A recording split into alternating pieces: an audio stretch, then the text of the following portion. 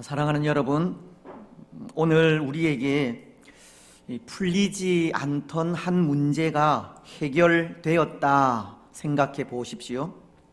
오랫동안 드리던 기도가 응답이 되고 계획한 일도 순조롭게 마쳐지며 우리가 싸우던 영적 전쟁에서도 이 승리를 거두어 이 평안을 누리게 되었다 생각할 때 그 이후 우리에겐 어떤 삶이 펼쳐지겠습니까? 풀리지 않던 한 문제가 해결되었다고 앞으로도 계속 아무 문제 없이 살아갈 수 있겠습니까? 기도의 제목이 응답되었다고 이제 더 이상 기도할 제목이 없겠습니까? 영적 전쟁에서 승리하였다고 싸워야 할 대적이 사라지고 계획한 일을 순조롭게 이루었다고 더 이상의 일이 생기지 않겠습니까? 오히려 저는 승리한 이후 더 많은 문제가 찾아올 수 있다 생각합니다. 문제가 해결된 이후 더 큰 문제가 찾아올 수 있고 영적 전쟁에서 승리한 이후 더 강한 적이 공격해 올 수 있으며 계획한 일이 이루어진 이후 더 많은 일이 생길 수 있다는 겁니다. 기도의 제목이 응답된 이후 도저히 기도하지 않으면 안 되는 일이 일어날 수 있는 겁니다.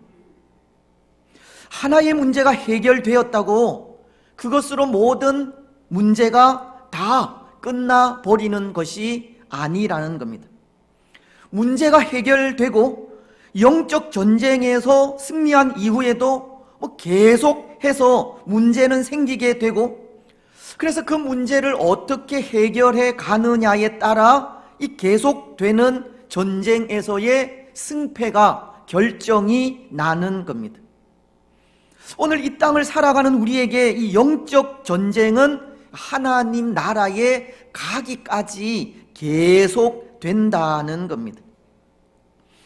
그래서 오늘 우리는 이런 주제를 가지고 말씀을 생각해 보았으면 좋겠다 싶은데요, 이 승리 이후에 찾아올 수 있는 이런 이런 문제들을 어떻게 극복해 갈 수 있을까 하는 주제입니다.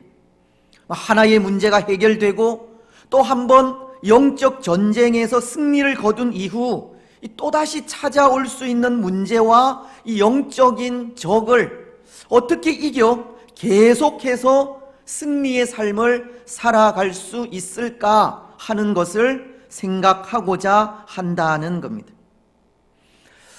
여러분, 혹 오늘 우리는 어떻게 하고 있습니까? 하나의 문제가 해결되고 또 한 번 영적인 전쟁에서 승리를 거두고 난 후 우리는 어떻게 그 승리를 유지해 가고 있느냐는 겁니다. 승리한 이후에도 어떻게 계속 승리하는 삶을 살아가고 있습니까? 저는 그럴 때가 많은 것 같습니다. 승리 이후 그 승리를 계속 유지해 가지 못할 때가 많다는 겁니다. 문제가 해결된 이후 나태해지기도 하고 기도가 응답된 이후 게을러지기도 하며 계획한 일이 도우시는 하나님의 은혜로 순조롭게 이루어지면 그 성취감에 안위에 빠질 때도 있는 겁니다. 스스로 만족하다 위기에 빠질 때도 있다는 것입니다. 베드로전서는 5장 8절로 9절을 통해 근신하라, 깨어라, 너희 대적 마귀가 우는 사자같이 두루다니며 삼킬 자를 찾나니 너희는 믿음을 굳건하게 하여 그를 대적하라. 이는 세상에 있는 너희 형제들도 동일한 고난을 당하는 줄을 알미라.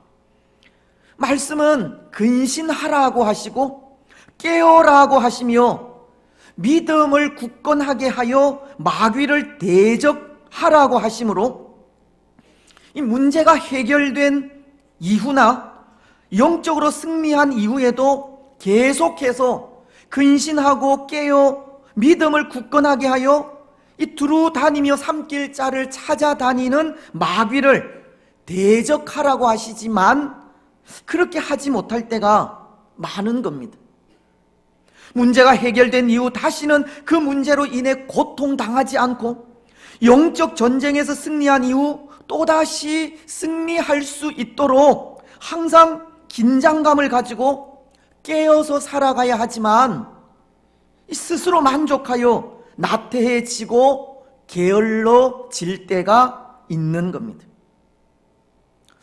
혹 오늘 우리도 그렇지 않습니까? 저처럼 성취감에 스스로 만족하고 영적으로 게을러지지 않습니까? 승리에 도취되어 교만해지거나 나태해져 항상 깨어있는 삶을 살지 못하는 것이 아닙니까?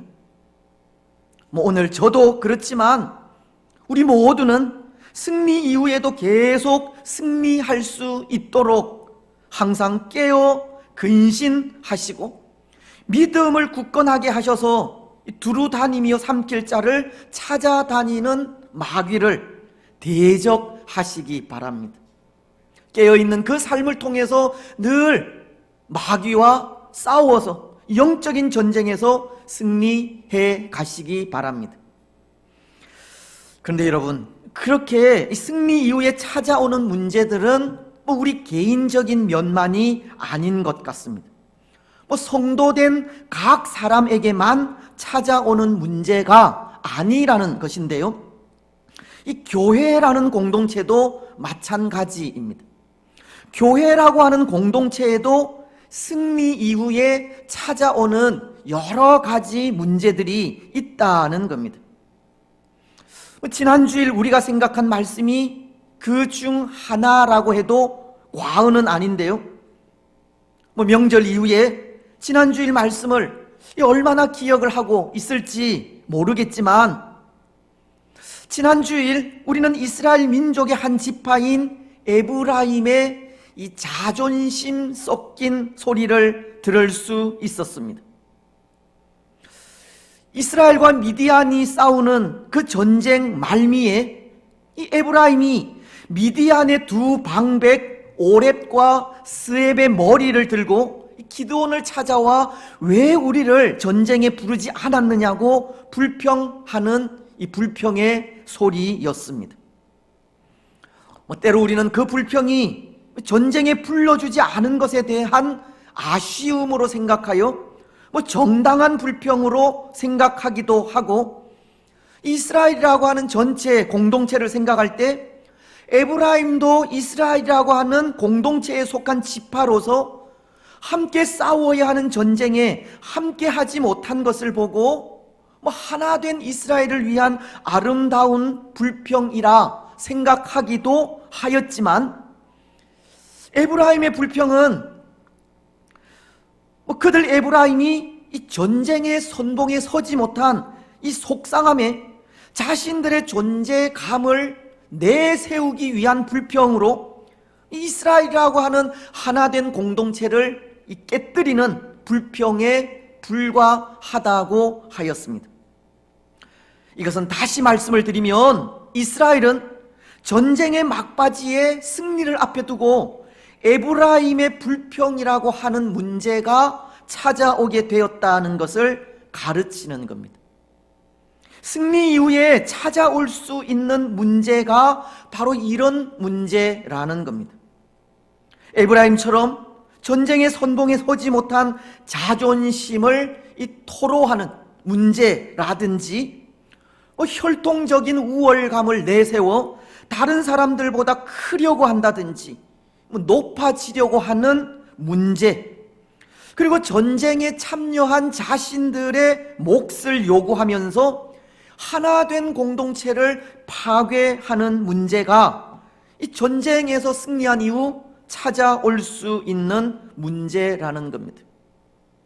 교회가 영적인 전쟁에서 승리한 이후 그 승리의 기쁨으로 하나가 되고 하나된 공동체로서 더욱 서로를 살피고 위로하며 격려해야 하지만, 하나된 모습보다는 오히려 갈등과 분열과 다툼이 일어나게 되기도 한다는 겁니다. 그래서 오늘 우리는 승리 이후에 찾아올 수 있는 이러한 문제들을 이 두 부분으로 나누어 생각하면서 이러한 문제들을 어떻게 해결할 수 있을까 하는 것을 생각해 보려고 하는 겁니다. 먼저 그 하나, 이 승리 이후에 찾아올 수 있는 문제는 오늘 에브라임이 보이고 있는 것과 같은 이 주도권 싸움입니다. 에브라임 지파가 이 사사인 기드온에게 찾아와 항의하는 이런 모습은 이 혈통적인 우월감을 바탕으로 이 주도권 다툼으로도 볼 수 있다는 것인데요. 지난 주일에도 말씀을 드렸지만 이 에브라임 지파는 그들의 선조인 여호수아가 모세를 이어 이스라엘의 지도자가 되어 가나안을 정복함으로 그것이 자랑이 되고 교만이 되기까지 이 자존심이 센 지파이듯이 오늘 이렇게 사사인 기드온을 찾아와 항의하는 것은 바로 그들이 빼앗긴 이 주도권을 되찾기 위한 다툼인 것입니다. 승리한 전쟁에서의 공을 차지하려고 하는 이 다툼이라는 겁니다. 물론 이러한 다툼은 우리 사람이 사는 사회라면 그곳이 어디든 존재하는 다툼이기도 합니다. 오늘날 교회도 마찬가지이겠지만 하나의 일을 마치고 나면 사람들은 자신들이 한 일에 대한 이 공과를 인정받기를 원하기 때문입니다. 자신의 몫을 요구하고 그에 합당한 대가를 청구하는 이 청구서들을 내어 밀기 때문입니다. 지금 에브라임이 그런 상황인 것인데요. 왜 우리를 전쟁에 처음부터 부르지 않았느냐고, 우리가 전쟁의 말미에라도 와서 도와주었으니 우리에게 정당한 몫을 달라. 이것이 지금 에브라임 지파가 요구하는 요구입니다. 전쟁 초기 자신들을 불러주지 않았다는 것을 빌미로 이스라엘이라는 공동체의 이 주도권을 달라는 것이고, 그럼에도 전쟁에 참여한 것에 대한 대가를 요구하고 있는 겁니다. 여러분, 오늘 이런 문제에 어떻게 해결을 할 수 있겠습니까? 어떻게 에브라임의 이 불평을 무마시킬 수 있겠습니까? 저는 기드온이 에브라임의 이런 불평쯤은 묵살해도 괜찮지 않을까 생각하는데요. 왜냐하면 이 에브라임은 전쟁 초기 기드온의 부름에 참여하지도 않았고, 혹 그들이 참여하였다 할지라도 이 전쟁이 두려워서 다 도망간 주제에 이 300명의 용사들이 미디안을 물리치고 그 전세가 역전되자 전쟁의 말미에 찾아와 조금 도와주고서는 이 자기 몫을 요구하고 있다 생각하기에 에브라임의 이런 불평쯤은 묵살해 버려도 괜찮지 않을까 하는 생각이 드는 겁니다. 이 전쟁 중에는 이런저런 일들이 있을 수 있기 때문에 이 모든 불평을 다 들어줄 수 없다는 겁니다. 하지만 오늘 기드온은 저와 생각이 다른 것 같은데요. 그는 그럼에도 에브라임의 불평을 들어주고 있기 때문입니다. 2절을 보시면 기드온이 에브라임 사람들에게 이런 말을 합니다. 기드온이 그들에게 이르되 내가 이제 한 일이 너희가 한 것에 비교되겠느냐? 에브라임의 끝물 포도가 아비에셀의 만물 포도보다 낫지 아니하냐? 지금 기드온이 하고 있는 말은 이 에브라임이라고 하는 지파를 칭찬하고 높여주는 말로 에브라임의 불평을 들어주고 있는 겁니다. 기드온은 에브라임의 끝물 포도가 아비에셀의 만물 포도보다 낫다고 하지 않습니까? 여기 아비에셀은 기드온이 속한 가문을 말하는 것으로, 기드온은 자신의 가문에 있어 가장 좋은 이 만물 포도, 즉 포도를 처음 수확하여 이 과즙이 풍부하고 알이 굵은 포도보다 에브라임의 끝물 포도, 즉 마지막 수확으로 인해 때로 질이 떨어지는 그 포도가 더 맛있고 달다고 하는 겁니다.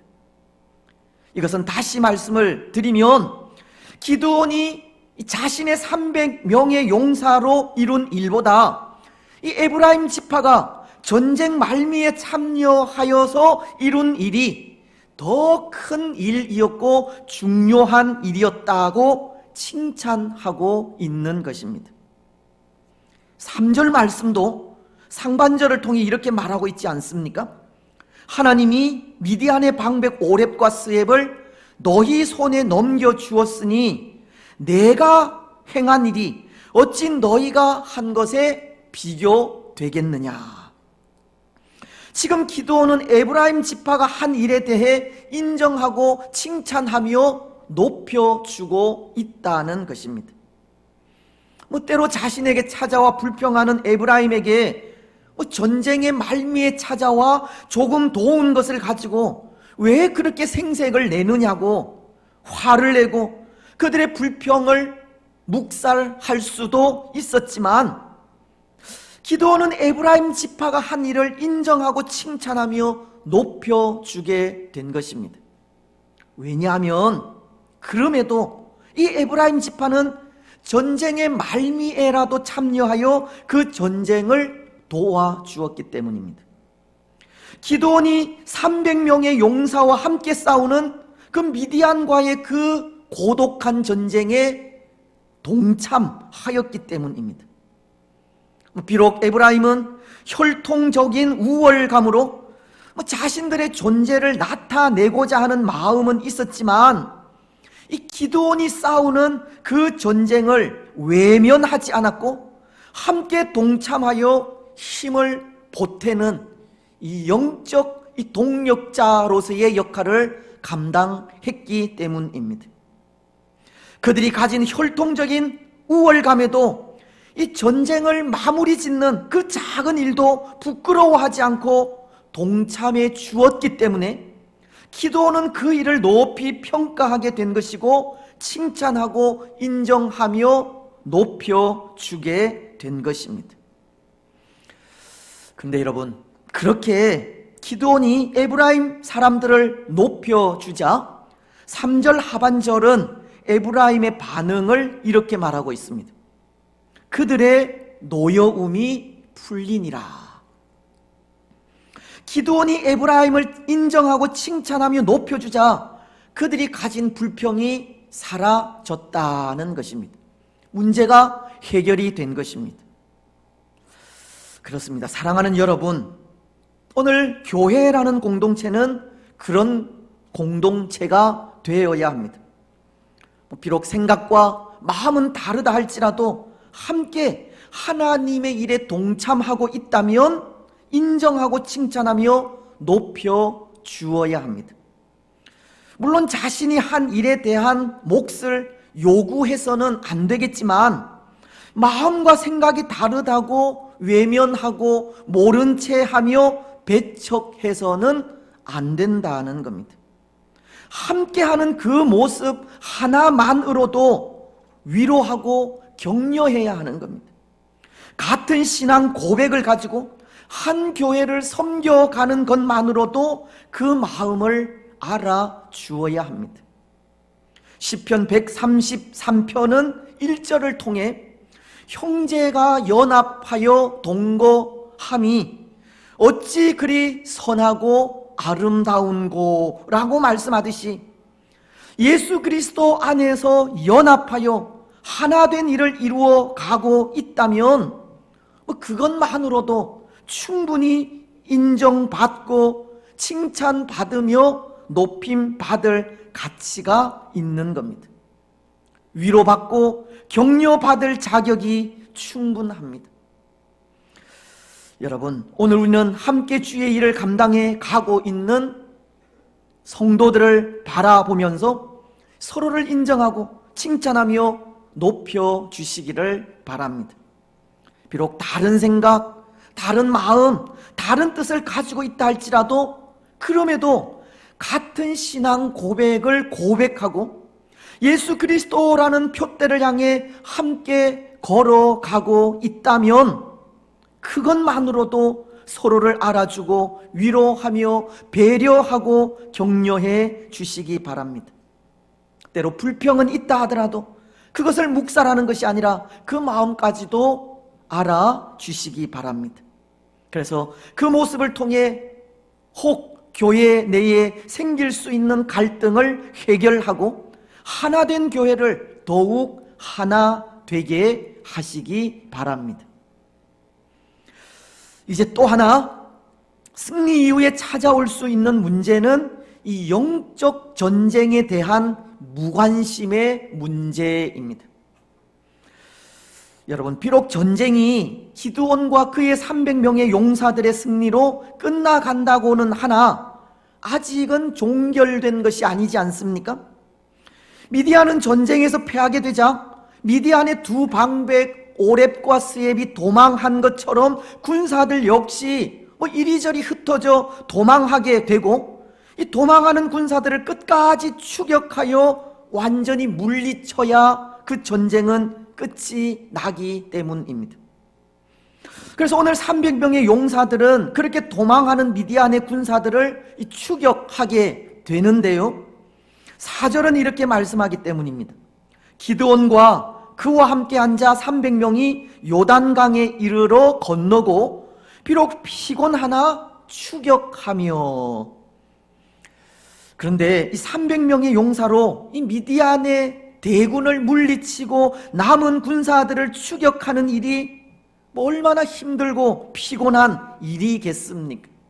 오늘 말씀도 비록 피곤하나 추격하며 라고 하듯이 그 일은 참 힘든 일입니다. 그래서 기드온은 남은 적을 소탕하기 위해 숫꽃과 분우엘 사람들에게 도움을 요청합니다. 마치도 미디안의 두 방백 오렙과 스엡을 위해 에브라임에게 도움을 요청한 것과 같은 겁니다.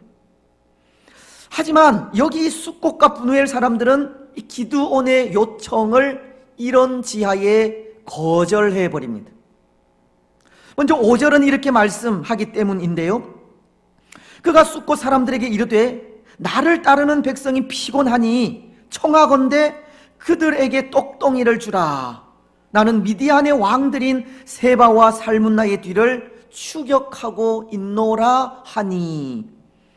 기드온은 숫꽃 사람들에게 이 피곤한 군사들을 위해 이 떡을 달라는 요청을 하게 된 것입니다. 하지만 숫꽃 사람들은 기드온의 그 요청을 거절해 버렸다는 것인데요, 6절 말씀은 숫꽃의 방백들이 이르되 세바와 살문나의 손이 지금 내 손 안에 있다는 거냐? 어찌 우리가 내 군대에게 떡을 주겠느냐 하는지라. 그래서 기드온은 그곳에서 조금 위쪽에 있는 분우엘 사람들을 찾아 같은 도움을 요청하게 됩니다. 하지만 이 분우엘 사람들의 대답도 마찬가지입니다. 이들도 기드온의 요청을 거절해 버린 겁니다. 8절은 이렇게 말씀하십니다. 거기서 분우엘로 올라가서 그들에게도 그같이 구한즉 분우엘 사람들의 대답도 숫꽃 사람들의 대답과 같은지라. 분우엘과 숫꽃 사람들은 동일하게 기드온의 요구를 거절해 버린 것입니다. 여러분, 이것이 또 하나 이스라엘이라는 공동체 내에 찾아온 문제입니다. 도망하는 적을 추격하는 기드온의 용사들에게 아무런 도움을 주지 않은 겁니다. 아직도 남아있는 전쟁을 위해 함께 싸우지 않고 있다는 겁니다. 도움을 요청해도 무관심하고 돌아보지 않는 겁니다. 그런데 왜 왜 이런 문제가 찾아오게 되었겠습니까? 이 적의 남은 무리들, 도망하는 적을 대항하여 싸우는 이 300명의 용사들을 조금만 도와주면 이 적은 완전히 소탕되어 승리할 수 있을 텐데요. 왜 오늘 숫꽃과 분우엘 사람들은 이 기드온의 요청을 거절하고 도와주지 않고 있겠습니까? 왜 남아있는 전쟁을 위해 함께 싸우지 않고 관심 없어하며 외면하고 있겠습니까? 그것이 바로 이 영적 전쟁에 대한 무관심 때문이라는 겁니다.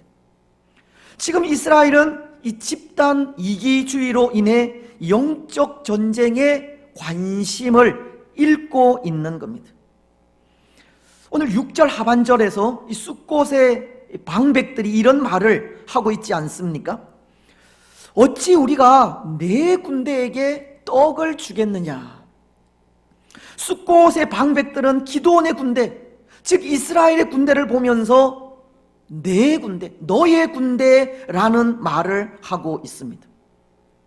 마치 이스라엘 군대가 자신들 숫꽃과는 아무런 상관이 없는 듯 말을 하고 있는 겁니다. 근데 여러분, 정말 그렇습니까? 이스라엘 군대가 이곳 숫꽃 사람들의 군대는 되지 않습니까? 정말 숫꽃 사람들과 분우엘 사람들은 이스라엘과 아무런 상관이 없습니까?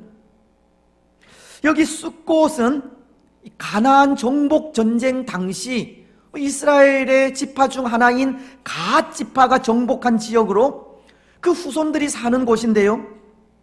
아마도 그래서 기드온은 그들에게 떡을 요구한 것일 텐데, 그들은 이스라엘과는 아무 관계가 없는 듯 우리의 군대가 아니라고, 이스라엘은 기드온의 군대일 뿐이라는 말을 하고 있는 겁니다.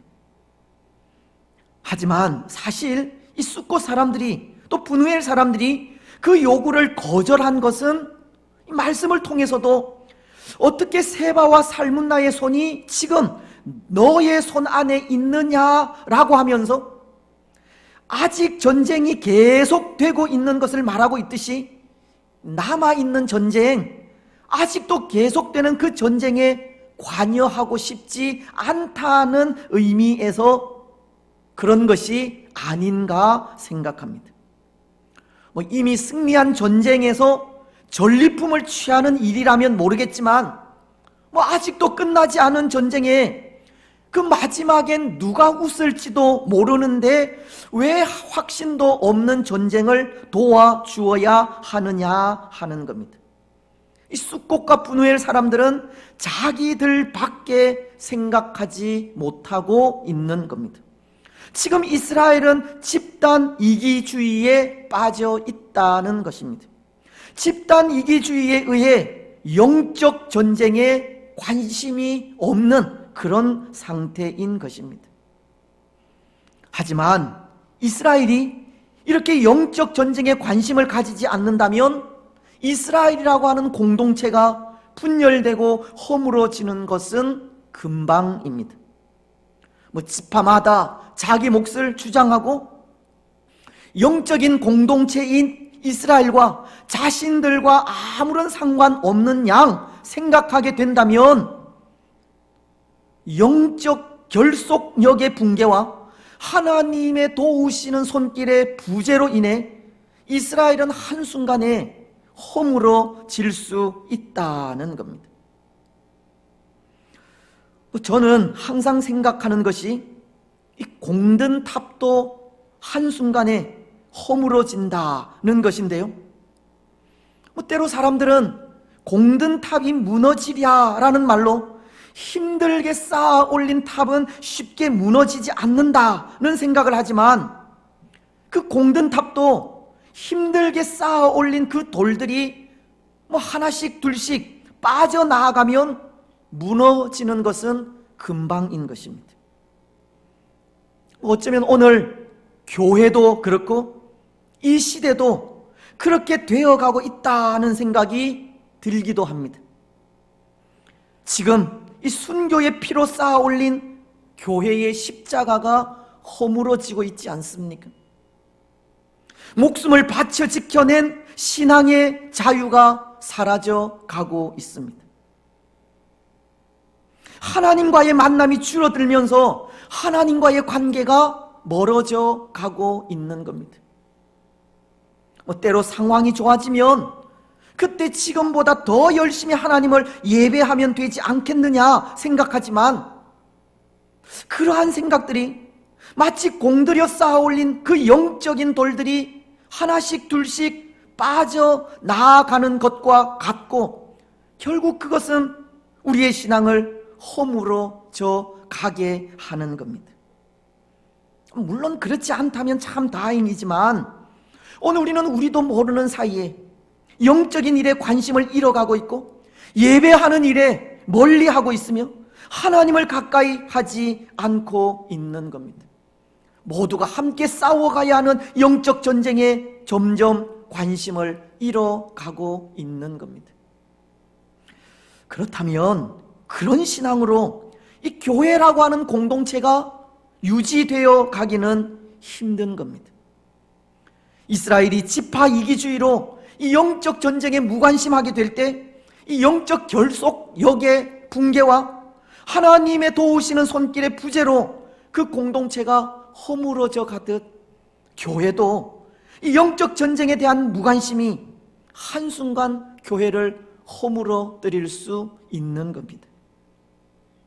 마태복음은 24장 13절을 통해 그러나 끝까지 견디는 자는 구원을 받으리라, 구원을 얻으리라고 마지막 때에 교회가 당할 환난을 말씀하면서 끝까지 이 영적 삶에 관심을 가지고 믿음 안에서 승리하기를 권고하고 있지만, 어쩌면 앞으로의 삶은 이 영적인 삶을 사는 일에 더욱 무관심하게 될 것이고, 그것으로 교회가 무너져가고 허물어져 가는 일은 더 빨리 진행되어 갈지도 모르겠습니다.